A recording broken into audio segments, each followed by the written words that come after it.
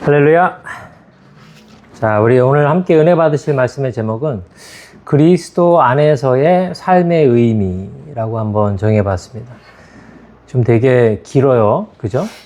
삶의 의미도 어려운데 그리스도 안에서의 삶의 의미를 이 짧은 시간에 우리가 알아보기에는 상당히 제한이 많이 있죠. 근데 오늘 본문의 내용이 그걸 담고 있어요. 어떻게 보면 되게 중요한 말씀인 것 같아요. 왜냐면 우리가 인생을 살면서 삶의 의미를 발견한다는 것은 정말 큰 축복입니다. 왜냐면 우리가 인생을 살면서 언뜻 불현듯 드는 생각이 있잖아요. 내가 무엇을 향해 지금까지 살아왔을까? 나는 지금 어디로 와서 어디로 가는가? 이런 생각들이 불현듯 들 때에 우리가 만약에 그런 의미를 우리가 스스로 발견하고 그것을 통해서 우리가 우리의 삶의 의미를 부여하지 못한다면 우리는 상당히 불행한 삶을 살았다라고 생각할 수도 있습니다. 과연 그렇진 않지만 우리는 그렇게 느낄 수 있어요. 그래서 오늘 사도 바울이 우리에게 과연 우리는 그리스도인으로서 어떠한 의미를 가지고 어떻게 살아야 되는가를 우리에게 아주 심플하게, 우리에게 강력하게 메시지를 전해주고 있습니다. 그래서 그 메시지의 시작은 바로 이래요. 8장 1절에 보면, 그러므로 이제 그리스도 안에 있는 사람에게는 결코 정죄함이 없습니다. There is no condemnation. 결코 정죄함이 없다. 우리에게는 정죄함이 없는 그러한 삶을 살 수 있다. 근데 원 컨디션이 뭐냐면, 우리가 만약에 그리스도 안에 있을 때라는 그러한 전제가 있습니다. 저와 여러분은 예수님을 믿고 하나님의 안에 하나님의 가족으로 살아가고 있습니다. 할렐루야. 과연 그럴까요? 네. 근데 본문의 내용에 보니까 그리스도 안에 있는 사람에 대해서 이야기를 하고 있어요. 그리스도 안에 있는 사람, 믿음 안에 있는 사람, 하나님 안에 있는 사람. 하나님의 가족이 되어 하나님의 공동체 안에 있는 사람, 그 사람을 얘기하는 거죠. 여러분, 이렇게 하나님 안에 있다는 것이 우리에게 큰 기쁨과 자유와 위로가 되는데, 일반적으로 그리스도인들과 대화를 나누다 보면 그것에 대한 살짝 오해가 있는 분들이 가끔 있어요. 뭐라 그럴까? 그리스도 안에 있다고 해서 본인이 갇혀 있고 하지 못하는 것이 많고 부자연스럽다라고 생각하는 분들이 간혹 있어요. 예를 들면 이런 거죠. 우리가 그리스도인들은 대부분 이제 주일날 성도들이 모여서 함께 하나님께 예배를 드려요. 주일날. 그죠? 그래서 우리가 오늘도 지금도 그 시간을 갖고 있잖아요. 그런데 생각을 조금만 다르게 하면 이렇게 생각하시는 분들이 있어요. 내가 만일 예수를 안 믿었다면 이 황금과 같은 시간에 이렇게 밖에 날씨도 좋은데 가서 하이킹도 할 수 있고 데이트도 할 수 있고 또 내가 좋아하는 곳에 갈 수도 있고 집에서 푹 쉴 수도 있는데 내가 예수 안에 있기 때문에 내가 그렇게 누릴 수 있는 신체적 자유를 못 누린다라고 생각하는 분도 있어요. 그런 생각이 예전에 조금이라도 있었다라는 분 한번 손 들어보세요. 뭐 나만 쓰레기야? 나만 손 들어서? 네. 그런 생각이 당연히 들죠. 네. 그런 생각이 안 들 수가 없어. 이게 뭐 단순히 그냥 뭐 썬데이에 오히려 워십을 나오냐 안 나오는 문제뿐만이 아니에요. 이런 것들이죠. 또 여러분 주변에는 이제 물론 뭐 모태신앙이라 술을 한 번도 먹어본 적이 없지만 모태신앙이어도 소주를 까서 막창이랑 막 먹었던 친구들도 있을 거예요. 근데 어느 날 내가 그리스도인이기 때문에 그렇게 내가 원하는 음주라든가 내가 원하는 어떤 그런 기호식품들을 누리지 못하는 것에 대해서 내가 예수를 믿기 때문에 이런 거를 못한다 라는 이런 불편한 마음을 갖고 내가 예수님 안에 있는 것이 자유로운 것이 아니라 갇혀 있다라고 생각하는 분들이 가끔 있더라고요. 저도 여러분도 알다시피 저 참 낚시를 좋아하거든요. 낚시를 좋아하는데 낚시는 제가 봤을 때는 로케이션과 타이밍이 90%예요. 근데 이제 그때가 또 로케이션과 타이밍인데 특히 이제 물때, 그러니까 달이 이렇게 보름달이 떠서 이제 조수의 간만의 차가 클 때, 그럴 때 이렇게 물고기들이 그 강한 조류에 의해서 이렇게 움직일 때가 대물을 낚을 수 있는 절호의 찬스가 있어요. 근데 공교롭게도 그때랑 뭐가 딱 타이밍이 맞아야 되냐면 날씨가 좋아야 돼. 배를 띄우려면 파도도 이렇게 잔잔하고, 그래서 시간도 중요해요. 그 조수 간만의 차가 딱 물고기가 먹이를 활동을 가장 왕성하게 하는 그 새벽 타이밍에, 그러니까 새벽 타이밍이어야 되고 바람이 많이 안 불어야 되고 조수 간만에 차가 클 때, 이런 날이 1년에 몇 번 있을 것 같아요? 진짜 몇 번 없어요. 한 1년에 한 2번에서 3번. 그런데 이상하게 그런 날이 꼭 주일이야. 그런 날이 꼭 주일이야. 그러면은 갈등이 생기는 거죠. 뭐 마음은 물론 예배 드려야죠. 하나님께 영광 돌리고 그리스도인으로서 기쁘게 이렇게 해야죠. 근데 이게 좀 아쉽단 말이야. 근데 이러한 생각들, 우리가 갖고 있는 그러한 생각들을 봤을 때에 오늘 성경 본문에서 얘기하고 있는 그리스도 안에 있는 삶, 예수님께서는, 우리는 그냥 요 부분만 보지만 예수님께서 우리를 하나님의 자녀로 또 제자로 부르실 때에 예수님께서 우리한테 뭐라 하냐면, 진리를 알지니 진리가 어떻게 한다고?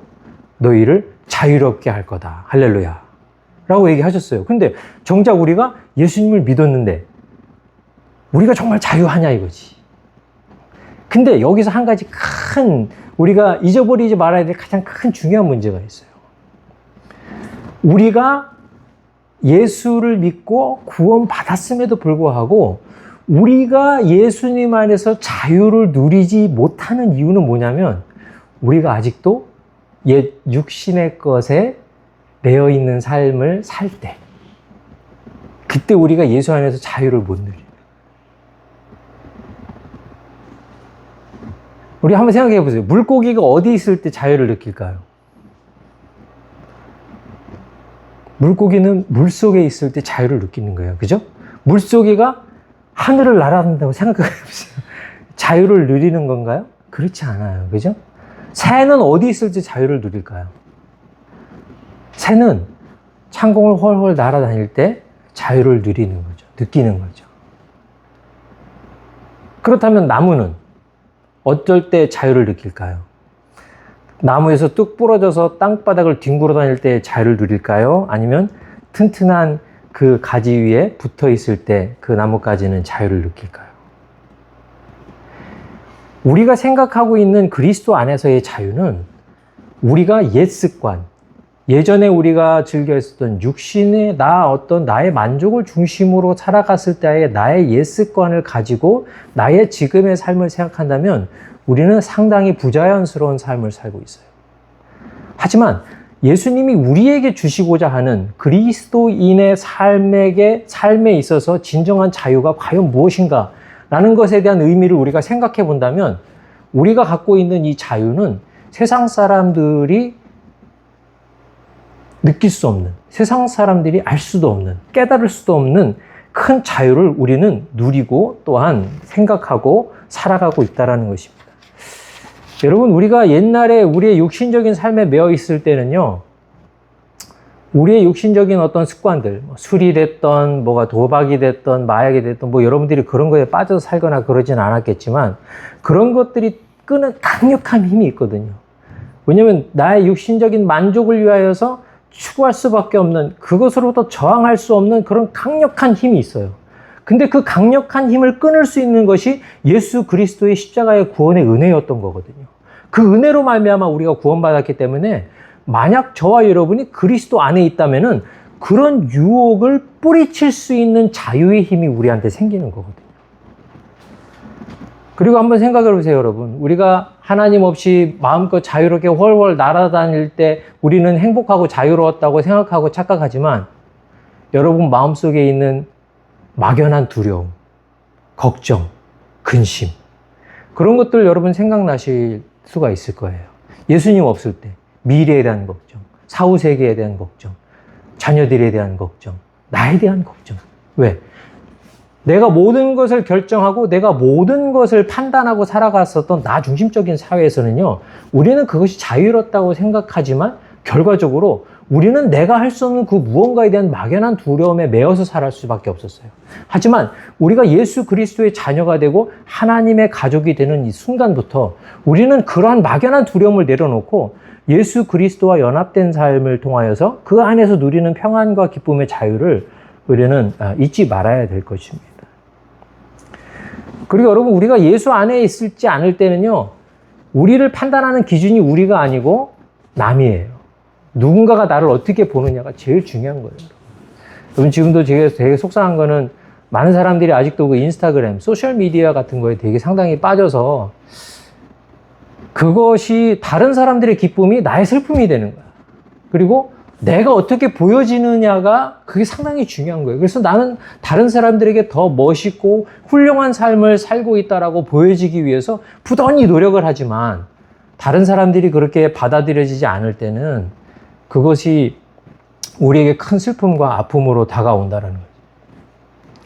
저도 이 소셜미디어를 통해서 사람들하고 많이 이렇게 교류하고 교제하려고 하는 그러한 생각을 갖고 옛날에 페이스북을 많이 사용한 적이 있어요. 근데 페이스북을 제가 안 한 지는 한 10년 가까이 돼가는 것 같아요. 10년 페이스북을 안 한 이유가, 물론 여러분도 알다시피 제가 이렇게 인물도 훌륭하고 또 유머러스하고 대인관계도 좋고, 왜 다들 울고 그래? 농담입니다. 여러분 다 그게 아닌 걸 아실 거예요. 그런데 이 소셜미디어가 저에게 주는 영향이 되게 좀 안 좋은 걸 제가 느꼈어요. 여러분들은 물론 전혀 그런 분들이 아닐 거예요. 근데 옛날에 같이 이렇게 코 찔찔 흘리고 놀던 친구들 중에서 되게 잘된 친구들이 있어요. 그러니까 세상적으로 이렇게 막 잘 나가고 막 훌륭하고 성경한 친구들도 있고, 또 어떻게 보면 이제 그렇지 못한 친구들도 있고, 그런데 거기서 뭐가 일어나냐면 비교가 일어나요. 얘는 이렇게 됐는데 너는 뭐냐? 쟤는 저렇게 됐는데 나는 뭐냐? 이런 비교의식 같은 거. 이게 그냥 누군가의 소식을 들음으로써 내가 그를 만나고 교제하고 즐거운 것보다도 그들의 삶과 나의 오늘의 삶이 비교되어지는, 그냥 어떤 객관적인 판단의 기준이 아닌 각자의 주관적인 것을 통하여서 사람들이 누군가가 비교 우위를 점하고 누구는 낮아지고 높아지는 이러한 일들이 소셜미디어에서 일어나더라는 거예요, 여러분.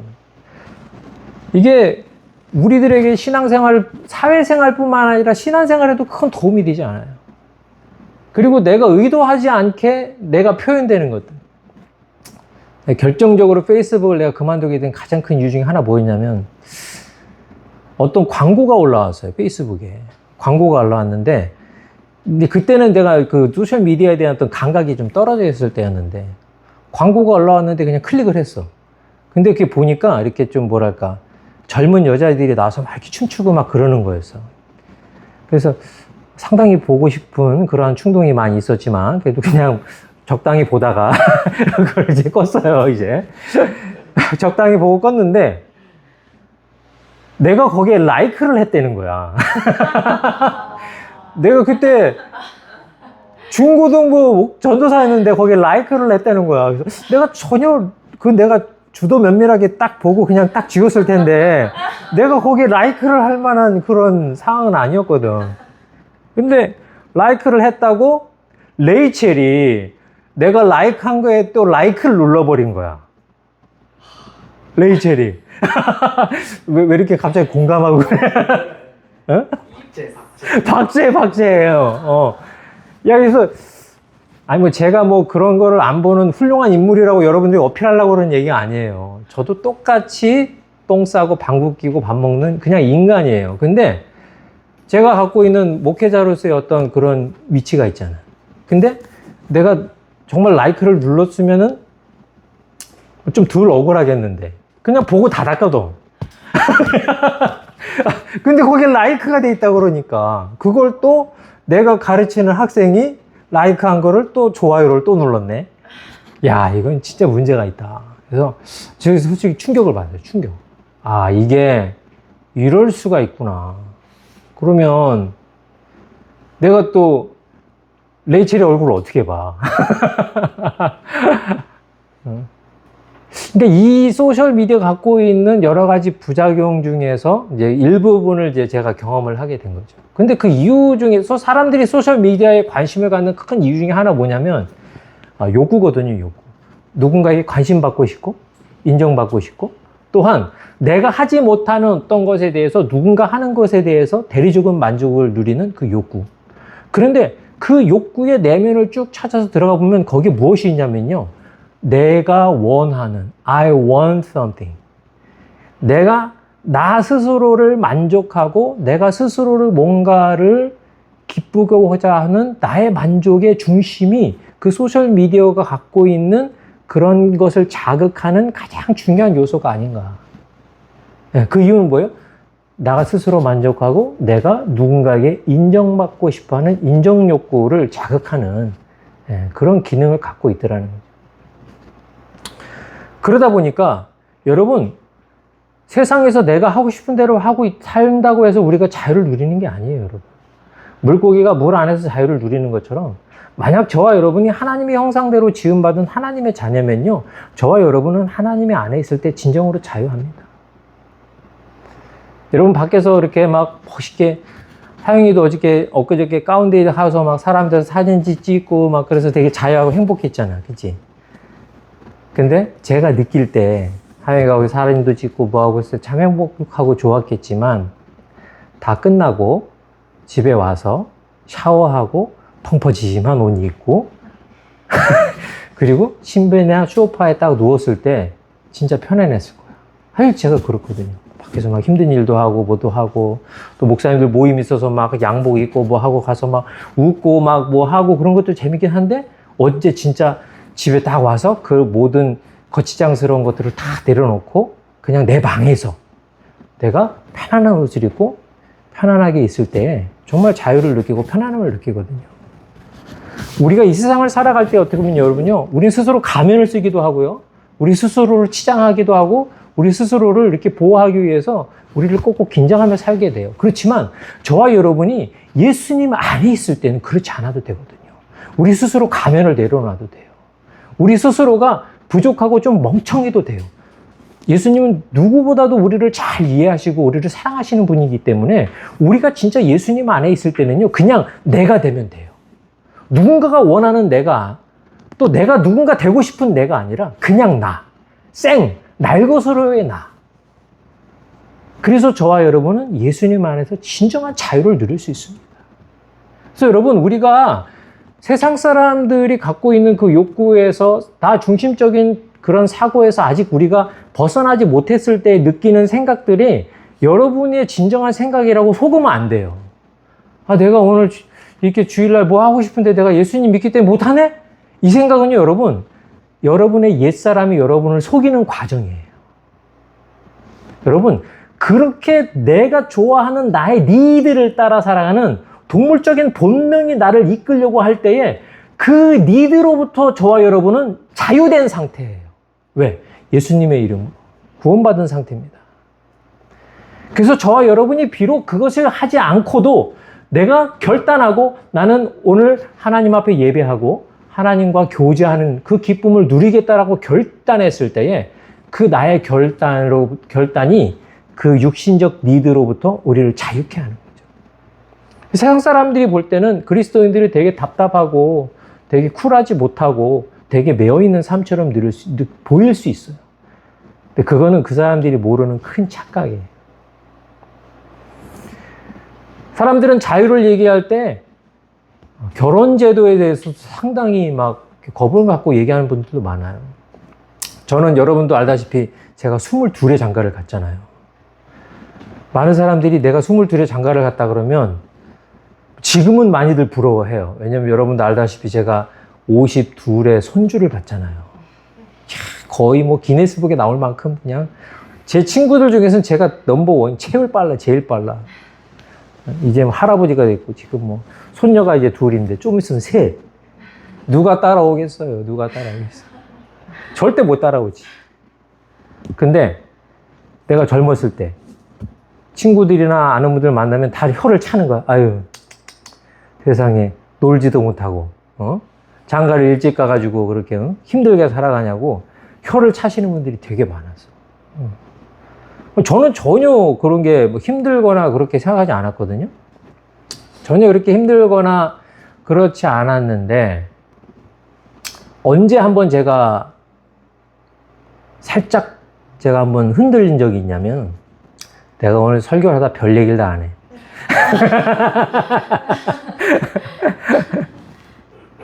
애들이 다 떠났을 때.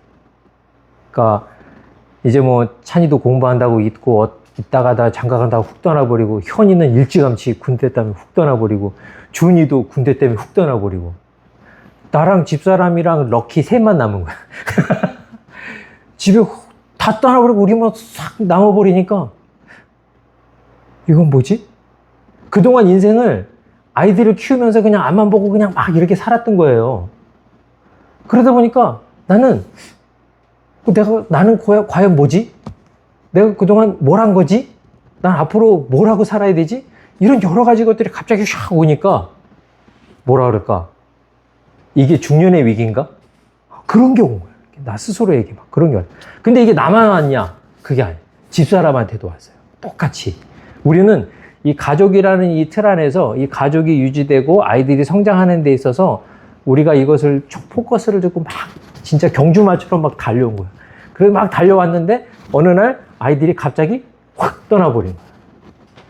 그러니까 우리는 그거에 대한 준비가 전혀 안 돼 있었던 거죠. 그때 제가 느꼈어요. 아, 내가 오늘날 이렇게 살아갈 수 있는 힘의 원동력이 이 결혼을 통해서 만난 우리 가족들 때문이었구나. 근데 그렇지 않은 친구들 보면요. 제 친구들 중에 아직도 장가를 안 간 친구들이 있어요. 아직도 장가를 안 갔어. 그 친구들이 주의는 뭐였냐? 젊었을 때 충분히 놀자는 거지. 내가 하고 싶은 거 다 하는 거지. 여행도 가고, 내가 하고 싶은 거 다 하고. 물론 나는 결혼하고 하고 싶은 거 다 했어요. 결혼하고도 다 했는데, 그 친구들은 오롯이 자기만을 위하여, 온전히 나를 위하여 이렇게 하겠다라는 그런 마음.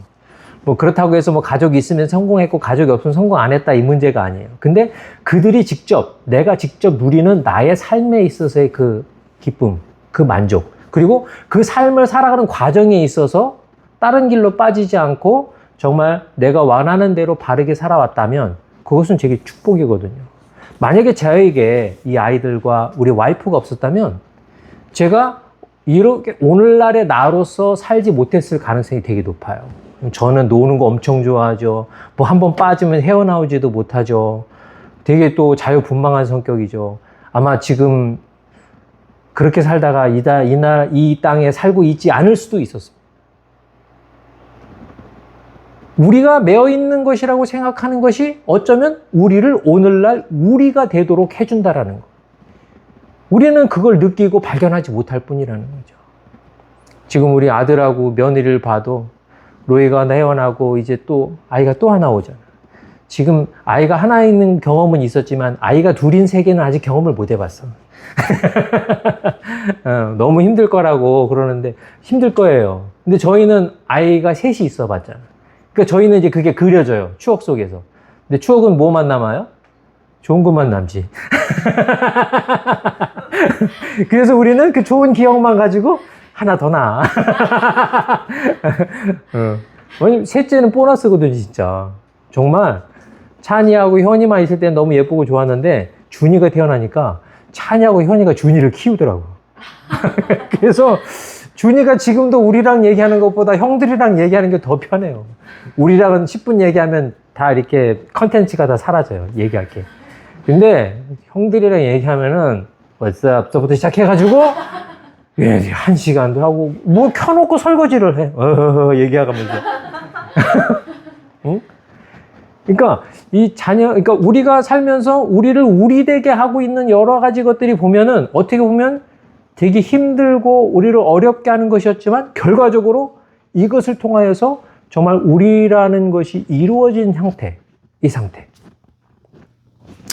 어떤 사람들은 결혼을 통해서 한 남자가 한 여자에게 매이는 것이 구속이고 결박이라고 생각하는 사람들이 있어요, 여러분. 근데 그건 정말 큰 오해고 착각이에요, 여러분. 여러분, 한 사람을 사랑하고 살기에도 우리의 삶은 벅차요. 정말 벅차요. 그래서 이 결혼이라는 제도가 없이 우리가 정말 자유롭게 그냥 살아가는 것처럼 느낄 때 그 에너지의 소모는요, 이루 말할 수가 없어요, 여러분. 근데 내가 한 여자와 한 남자에게 매여서 결혼의 생활을 유지한다는 게 깝깝하게 생각하는 사람들은 그 이유의 배경이 뭐냐? 거기에 그 사랑을 통한 그 하모니보다도 나의 니드의 면이 강할 때에, 내가 누군가로부터 나의 니드를 채우고자 할 때에 우리는 부족함을 느끼는 거예요. 근데 우리가 진정 사랑하다 보면요, 내가 그로부터 나의 니드를 채우려고 하기보다는 내가 그의 니드를 채우고자 하는 마음이 더 커져요. 근데 그게 어떻게 가능해요? 불가능해요? 불가능하지. 어떻게 인간이 누군가의 니드를 채우며 살 수 있겠어요? 하지만 내가 사랑하기 때문에 그렇게 하고자 노력하는 거죠. 옛날에 제가 예수님을 믿고 이제 살아갈 때 전도하려고 어떤 자유로운 인생을 사는 분과 함께 이렇게 전도를 하며 대화한 적이 있었어요. 그분은 이제 프로 골프를 하시다가 이제 티칭 프로 라이센스를 갖고 캘리포니아에서 이제 골프 레슨을 하시던 분이었어요. 이제 그 당시만 해도 이제 골프 같은 게 좀 붐이 많이 일고 그러니까 그분이 이제 골프를 하면서 되게 자유로운 만남을 유지하며 살았던 것 같아요. 그래서 인생이 그때가 그분이 저보다도 한 4-5살이 많았는데 그 당시에 그분이 나이가 한 45세에서 48세 정도 됐는데 그때까지도 총각으로 살고 있었는데 제가 이렇게 예수님 안에 있는 삶을 잘 설명하고 얘기하고 결혼에 대해서도 얘기하고 그러다가 그분이 저한테 딱 던지는 얘기가 뭐냐면 한 남자가 한 여자에 매여 사는 건 용기가 없기 때문이라는 거예요. 자기는 용기 있는 사람이기 때문에 한 여성에 매이지 않고 자유롭게 살아가고 있는 그런 사람이라고 저한테 얘기를 하더라고요. 제가 그분이 그렇다고 그러는데 그건 아니에요 이렇게 얘기하고 그런 상황은 아니었어요. 근데 저도 차를 타고 오면서 한번 생각을 해봤어요. 나는 그러면 용기 없는 사람인 것인가? 나는 용기 없는 사람이기 때문에 22에 장가를 가가지고 이렇게 살았던 것인가 하고 생각을 해봤는데 그렇지 않아요. 한 사람과 서로에 대한 신뢰와 신의를 지키며 살아가기 위해서는요, 더 큰 용기가 필요해요. 더 큰 용기, 더 큰 노력도 필요해요. 여러분들이 사탄이 여러분들에게 이야기하는 자유, 그 자유는요, 여러분, 거짓된 자유예요. 그것이 또 여러분들을 자유롭게 생각할 수 있고 자유롭게 하고 만족하게 할 수 있다고 얘기하는 것 또한 거짓이에요. 여러분들의 쾌락을 주어주는 것만큼 여러분들을 망치는 것이 없습니다. 그래서 오늘 사도 바울은 저와 여러분이 그리스도 안에 있으면 우리가 결코 정죄함이 없다. 우리가 하나님 앞에 의롭게 바르게 살 수 있다라고 우리에게 강력한 메시지를 전해주는 거예요. 그래서 우리가 과연 그리스도 안에 산다라는 것은 우리가 장소적인 우리의 어떤 공간적인 개념만 갖고 우리가 생각한다면 우리는 그렇게 느낄 수 있어요. 우리는 답답하게 매어서 사는구나. 우리가 그리스도 안에 매어서 이렇게 답답하게 살아가는구나. 그렇지만 이것은 그러한 장소적인 개념, 우리 어떤 물리적인 개념에 있어서의 그리스도 안에 있어서의 삶뿐만이 아닙니다. 근본적으로 저와 여러분이 그리스도 안에 산다는 것은 유니티의 개념이에요. 연합의 개념. 우리가 그리스도와 함께 연합된 삶을 살아가는 거예요. 연합된. 우리가 물리적으로 어느 안에 있다면요, 그것을 물리적으로 나가는 순간 저와는 그 안에 있지 않은 존재가 됩니다. 그렇죠? 그래서 우리는 집 안에 있지만 집 밖에 나가 있으면 우리는 집 밖에 있는 거예요. 우리가 그리스도 안에 있다는 것은 이런 물리적인 개념이 아니에요. 우리가 그리스도 안에 있다는 것은 나와 여러분의 육신의 죄를 우리들이 죽음의 죄악, 우리의 쾌락의 어떠한 그런 우리의 나 중심적인 삶을 살고자 하는 그런 제약 가운데 살아가고 있는 우리를 위해서 자기 육신을 통하여서 그 모든 결박과 속박을 해결해 주신 예수님을 믿는 그 믿음 안에 그리스도와 함께 연합된 삶 안에 저와 여러분이 살아간다라는 것이 전제되고 있다라는 것이요. 요한복음 15장 4절에서도 5절에 보면은 내 안에 거하라 나도 너희 안에 거하리라 가지가 포도나무 밑에 있지 아니하면 스스로 열매를 맺을 수 없음 같이 너희도 내 안에 있지 아니하면 그러하리라. 나는 포도나무요 너희는 가지라. 그가 내 안에 내가 그 안에 거하면 사람이 열매를 맺나니 나를 떠나서는 너희가 아무것도 할 수 없음이라. 할렐루야. 예수님은 저와 여러분과 운명 공동체, 삶의 실질적인 우리의 영생의 공동체예요. 저와 여러분이 예수님과 연합된 삶, 예수님 안에 있는 삶을 살아갈 때에 저와 여러분의 존재의 문제가 해결되는 것입니다. 여러분, 만약 여러분이 정말 육신적 중심의 자유에 대해서 우리가 그리스도 안에 있는 것에 대해서 갈등을 느끼는 그 순간, 그때가 바로 저와 여러분이 우리의 아이덴티티를 점검해야 되는 순간이에요. 내가 과연 그리스도인인가? 지금 내가 받고 있는 이 도전이 그리스도인으로서의 도전인가? 아니면 내 육신적 삶에 나를 유혹하는 그런 과정인가? 그런 것을 여러분들과 제가 함께 점검하고 싸워 나가야 될 줄 믿습니다. 저와 여러분은 새로운 피조물인 줄 믿습니다. 예수 그리스도의 피값으로 구원받은 새로운 피조물이에요. New creation. 저와 여러분이 그 구원받은 거듭난 새 피조물이기 때문에 저와 여러분은 예수님 안에 있을 때 진정한 자유와 정죄함이 없는 것입니다. 우리가 뉴 크리에이션이기 때문에 예수님 밖에 있을 때 저와 여러분은 세상의 유혹과 세상에서 이야기하는 자유의 큰 도전을 날마다 받고 경험하게 되는 것입니다.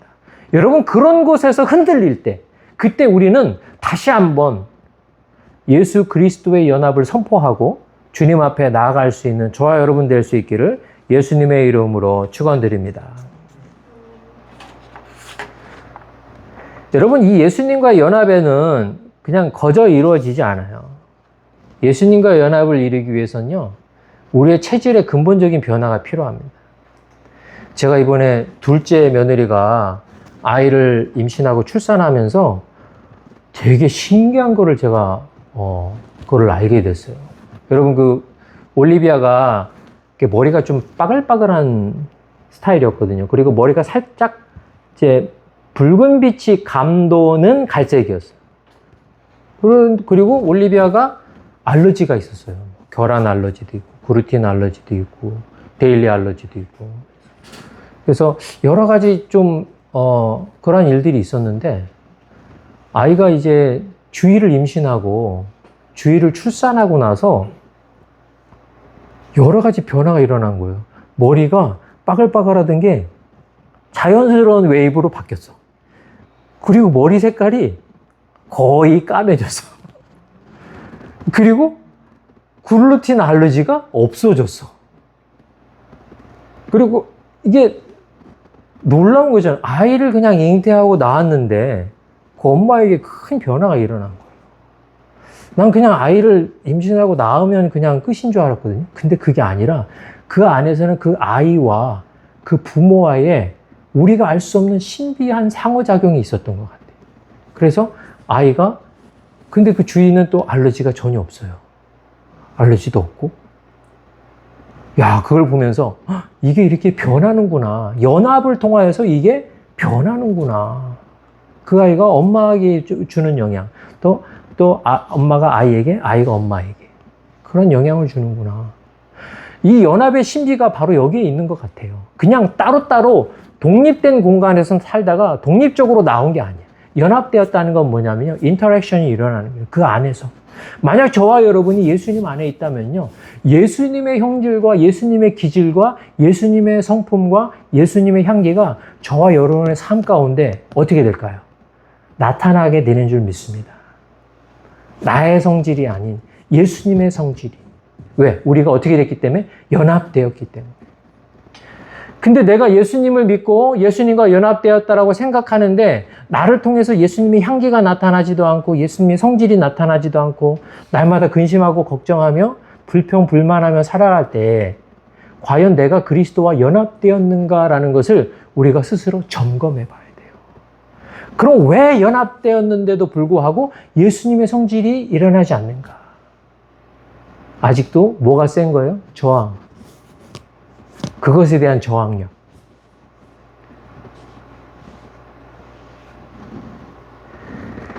하지만 저와 여러분이 예수를 주로, You are my Lord.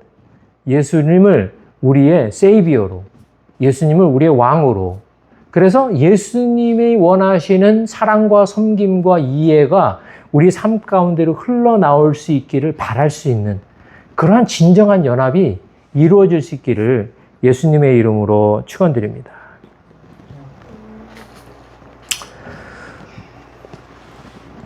고린도후서 15장 17절에 그런즉 누구든지 그리스도 안에 있으면 새로운 피조물이라. 이전 것은 지나갔으니 보라 새 것이 되었도다. 어떻게? 나를 통해서, 그리스도와 연합된 나를 통해서 그리스도의 성품이 나의 삶의 현장 가운데 나타나는 기적이 우리에게 일어나기 때문이라는 거죠. 내가 그리스도와 함께 십자가에 못 박혔나니 그런즉 이제는 내가 사는 것이 아니요 오직 내 안에 그리스도께서 사시는 것이라. 이제 내가 육체 가운데 사는 것은 나를 사랑하사 나를 위하여 자기 자신을 버리신 하나님의 아들을 믿는 믿음 안에 사는 것이라. 할렐루야. 저와 여러분은요, 예수님을 믿는 순간 우리의 성질과 우리의 기질을 따라 살아가는 옛 육신의 삶이 아닌 우리와 연합되어 있는 예수 그리스도의 성질과 기질을 따라 살아가기로 선포한 사람들이에요. 왜? 우리는 새로운 피조물이기 때문에.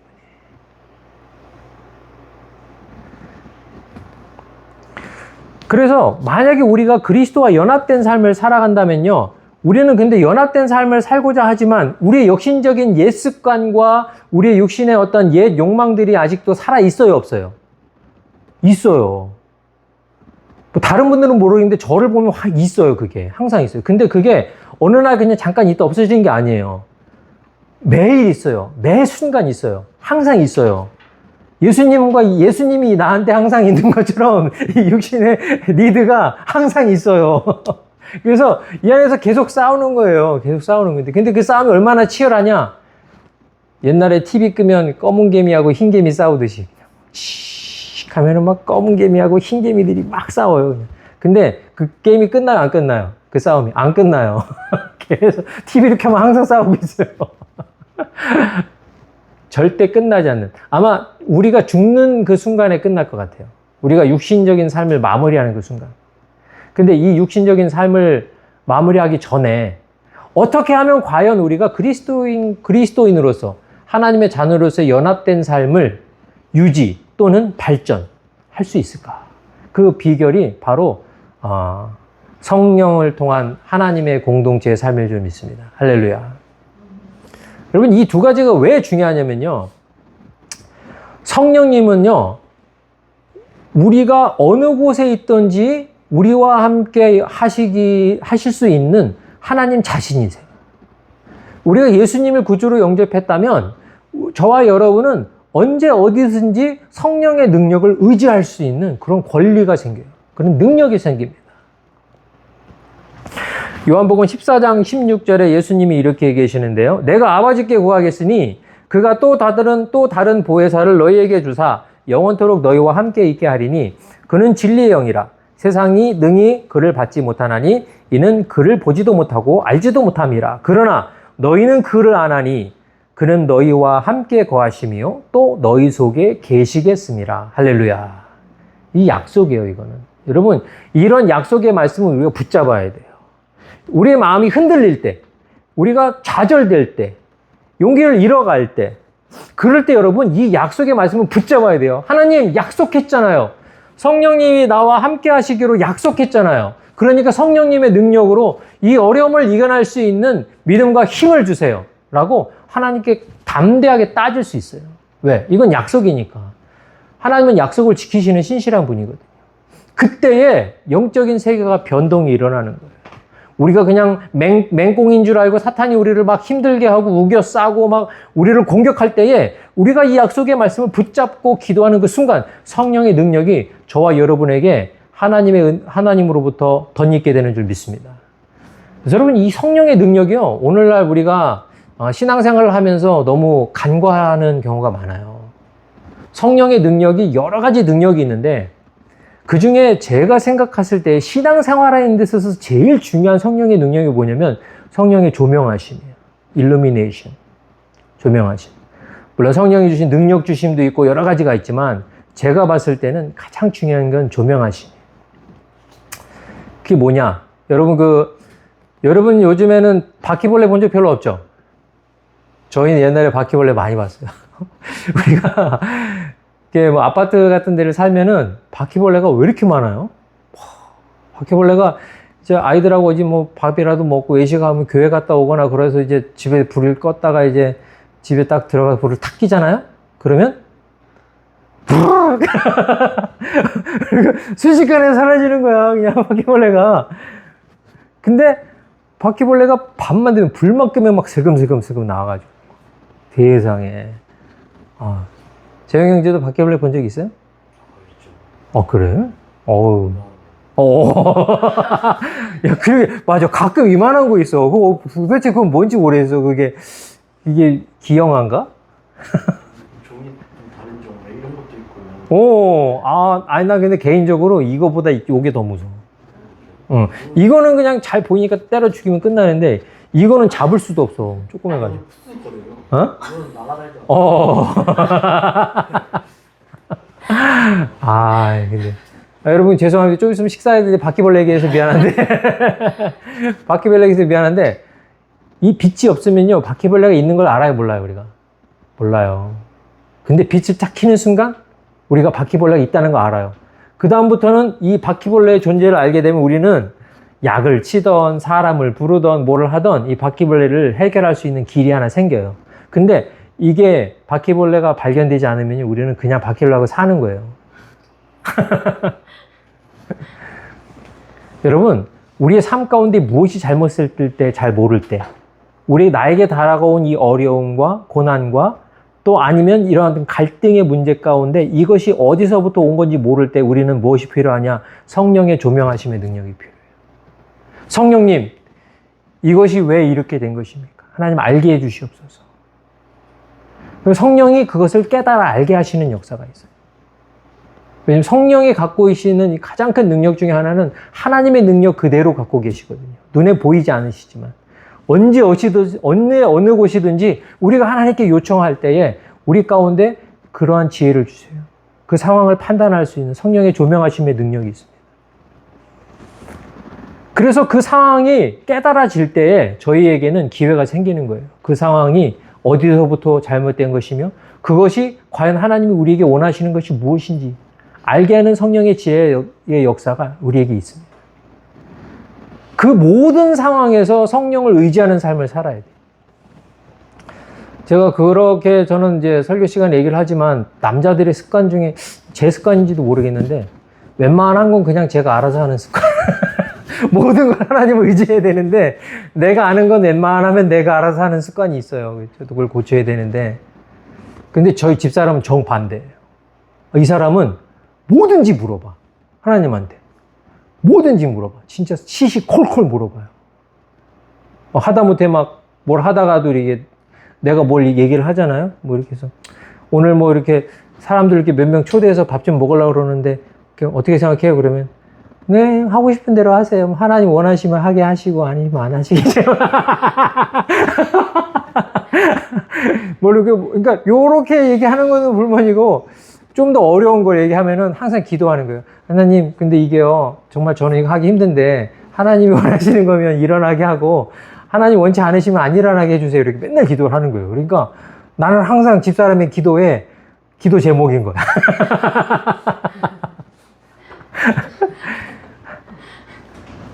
진짜 그러고 보니까 집사람이 지혜로운 거예요. 왜? 하나님이 허락했으니까 이게 일어난 거야. 그러면 그 다음부터는 집사람이 기쁘게 하는 거예요. 왜? 하나님이 허락하신 거니까. 근데 그걸 우리가 모르잖아요? 그거에 대한 어떤 그레이 에어리가 있잖아요? 그러면요, 우리는 하면서도 찝찝해. 저 인간 또 사고 쳤네, 또. 그래서 인간을 원망하게 되고, 이런 상황과 처지를 힘든 거를 나 스스로 극복해요. 단편적인 것이지만, 우리가 성령의 조명하심을 통하여서 우리의 삶의 이유와 여러 가지 일들을 판단하게 되고, 때로는 그것을 내가 감당할 수 없는 일들이 있을 수가 있어요. 그럴 때 우리는 성령의 또 다른 역사하심, 능력 주심, empowerment, 성령으로 하여금 그것이 해결될 수 있는 능력을 하늘로부터 덧입는 거죠. 저는 여러 가지 기도의 예시들이 성경에 많이 나와 있지만 저는 가장 강력한 기도의 응답의 모델은 예수님의 십자가의 기도였던 것 같아요. 여러분 생각나시죠? 예수님께서 십자가를 지실 때에 그 십자가가 지시는 그 사건을 예수님께서 하나님 앞에 기도하는 장면이 나와요. 그때 하나님 하실 수 있으면 이 잔을 저한테 그냥 옮겨주세요. 만약 하나님 이게 할 수 있으면 이것이 이렇게 옮겨지기를 제가 원합니다. 그렇지만 하나님의 뜻대로 되기를 원합니다. 라는 기도. 너무 우리가 따라하기에는 너무 힘든 기도. 그런데 거기에 기도에 큰 키가 있어요.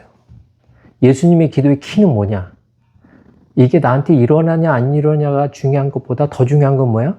하나님의 뜻이 이루어지는 게 조금 더 중요하다는. 저는 그때에 하나님께서 그 십자가를 능히 감당할 수 있는 능력을 예수님께 주셨다라고 확신해요. 그 기도가. 그리고 예수님 진짜 그렇게 하셨거든요. 우리는 예수님으로 말미암아 우리의 뜻을 이루기 위해서 그리스도인이 된 사람들이 아닙니다. 저와 여러분은 이 죄 가운데 죽을 수밖에 없는 영원한 단절, 하나님과의 디스커넥션으로부터 구원받은 사람이에요. 그래서 영원히 하나님과 연합된 삶을 살도록 초대받은 하나님의 특별한 부르심과 축복받은 사람들이에요. 그런데 그러한 삶을 유지하는 데 있어서의 우리가 과연 하나님과 연합되어 있는가? 우리가 과연 하나님을 사랑하는가? 우리가 과연 하나님과 영원한 동행을 앙망하는가에 대한 기준점이 어디냐? 그럼에도 불구하고 나의 삶을 통하여서 하나님의 뜻이 이루어지기를 내가 원하는가? 그렇지 않다면 우리의 연합과 우리의 동거는 어디엔가 살짝 문제가 있을 가능성이 있습니다. 제가 예수님을 믿고 신앙생활하면서 가장 신비하고 어려웠던 부분이 뭐냐면 삼위일체예요. 삼위일체. 삼위일체 여러분들도 다 신앙생활에서 배웠을 거예요. 그죠? 네, 우리 향자매 삼위일체가 뭐예요? 네, 이런 거 물어보면 안 돼요. 목사가 예배 시간에.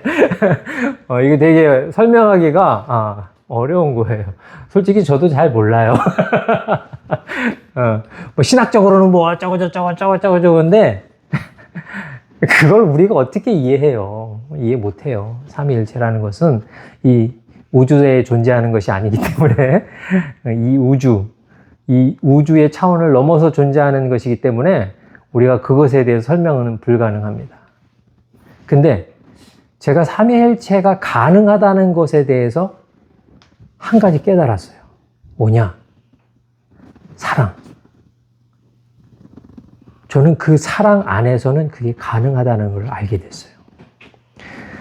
나라는 이기적인, 나 중심적인 존재가 누군가를 사랑할 때 기꺼이 나의 니드를 내려놓고 그의 니드를 서포트하기 위한 행동이 나타나는 걸 보고 사랑의 힘을 알게 됐거든요.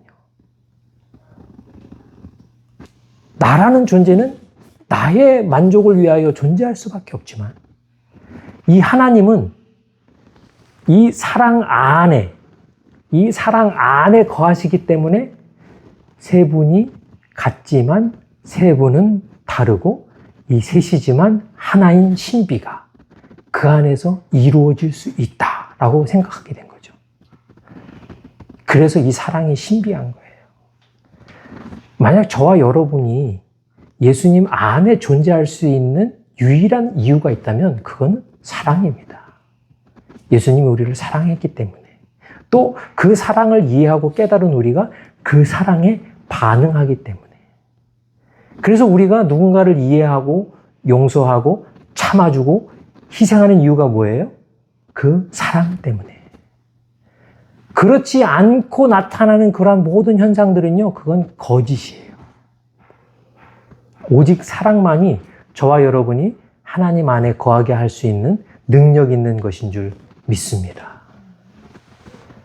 사랑하는 성도 여러분, 저와 여러분이 그리스도 안에서의 삶을 이해하기 위해서는 내가 과연 내 인생을 살아가면서 하나님을 사랑하기 때문에 누군가를 이해하고 섬기고 용서하며 살아가는가에 대한 큰 삶의 여정인 것 같아요. 그래서 여러분, 우리 스스로 항상 내가 안에 있는가, 예수님 밖에 있는가, 그거를 판단하는 기준은 내가 누구를 이해하는가, 내가 누구를 용서하는가, 내가 누구를 용납하는가. 그것이 기준이 됐으면 좋겠어요. 그래서 저와 여러분이 스스로 항상 누군가를 이해하고 용서하고 용납하고 용서하며 살아갈 수 있는 저와 여러분 될 수 있기를 예수님의 이름으로 축원드립니다. 기도하겠습니다.